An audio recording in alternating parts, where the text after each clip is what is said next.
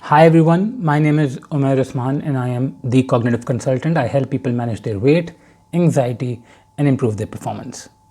Today, I wanted to talk to you once again about psychological first aid, and we're going to look at the 4 stages of disaster recovery. And these stages are what generally all communities go through while they've gone through a disaster, such as a natural disaster. So let's go through this one by one very quickly. The first stage is the heroic stage.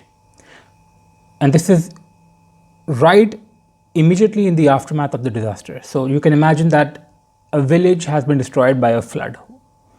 The village immediately goes into this heroic stage. What this means is that, first of all, of course, the community is shell shocked, and there is urgent need for the most basics: shelter, food, water, and so on. This is the urgent need of the community at the time.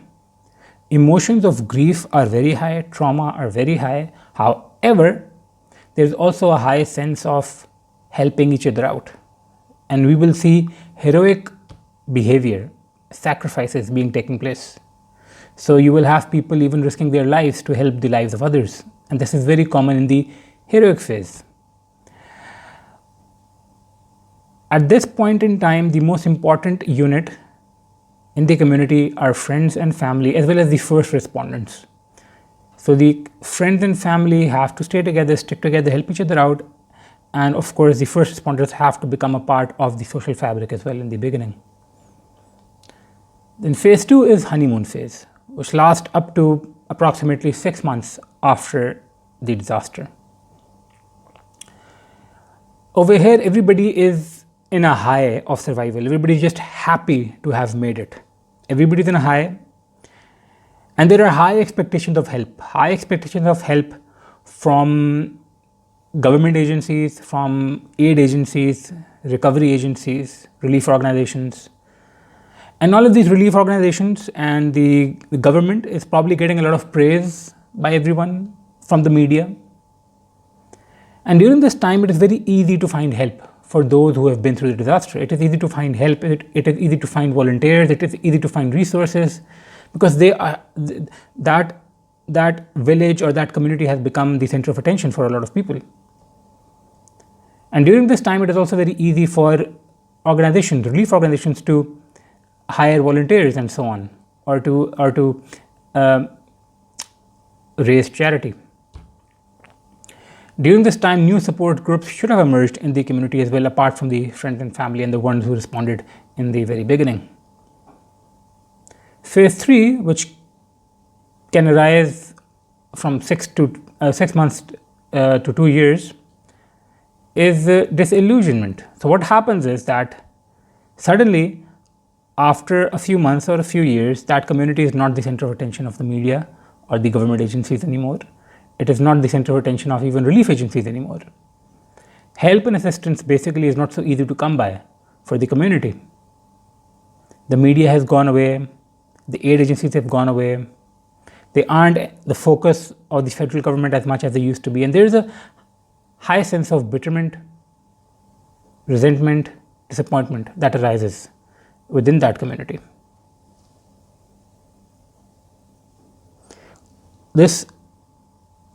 During this time, this realization also sets in with the community that the recovery might take much, much longer than they had anticipated, and help might be much more difficult to come by than they had anticipated in the beginning. This realization sets in, and obviously, it's like waking up to reality. It's not a nice feeling.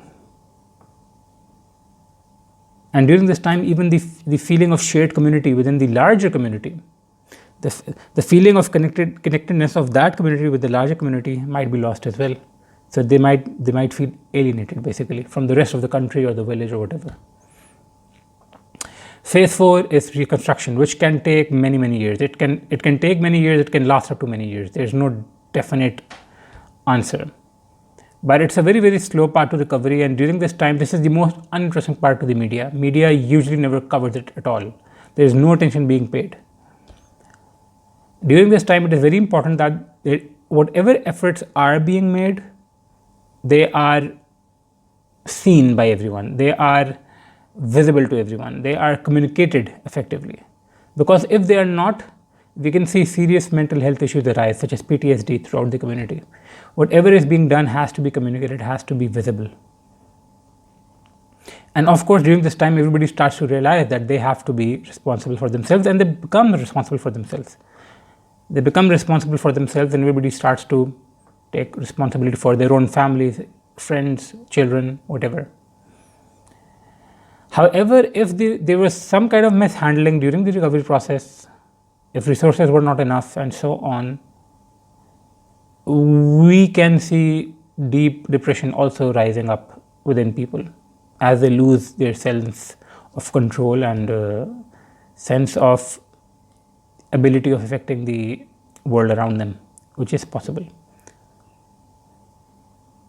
Over here, of course, the community and any long-term stakeholder in the community are the only people who are left to actually look after themselves, and they are the main support groups around. Your friends, your families, any original community that was there before the disaster, and any long-term stakeholder that was there before the disaster, that is all that is left. And these are the 4 stages of disaster recovery. And let me repeat them. First phase is heroic phase, right after the disaster takes place, where everybody is just trying to help each other out, basically, and the community has become the center of attention. Phase 2 is honeymoon phase, lasting up to 6 months, where everybody is just happy to survive, and they are the attention of media. They're getting resources, they're getting volunteers, and there's definitely a lot of optimism around. Phase 3 is disillusionment, where reality sets in and people start to realize that they are not the center of the world, and they might not feel as connected to the wider community as they had originally anticipated, and they might not have help and support and resources as they might have originally anticipated. They would start to feel bitter, they would start to feel disappointed.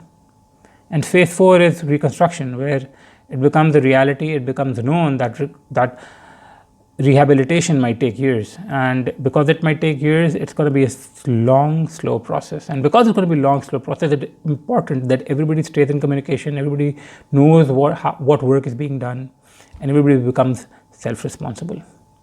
So those were the 4 phases of disaster recovery, and I hope we've all learned something here today.